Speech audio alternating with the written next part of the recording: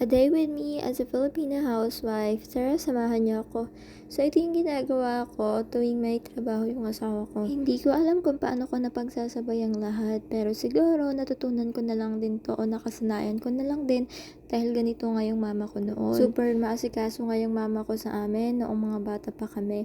Kasi ngayon, wala na ako sa poder ni mama. Hindi ko nga alam kung paano nagagawa ng mama ko yun. Bukod kasi sa housewife, nagtatrabaho din si mama para matulungan si daddy noon. Heto naman ako, ngayon ko lang na-realize so nagkaroon ako ng asawa na ang pagiging housewife pala ay talagang nakakapagod na agad. Paano pa kaya kapag 8 yung anak, 'di ba? Kasi 8 kaming magkakapatid. So, noong mga bata pa kami magkakapatid, gigising na lang kami sa umaga para kumain at maliligo. Tapos pupunta na ng school. Maaga pa lang kasi, nakapag-asikaso na si mama para pag pumasok kami, merong laman ng aming mga tiyan. We barely surviving before, kaya kung ano lang yung meron sa pagkainan, yun lang yung kinakain namin.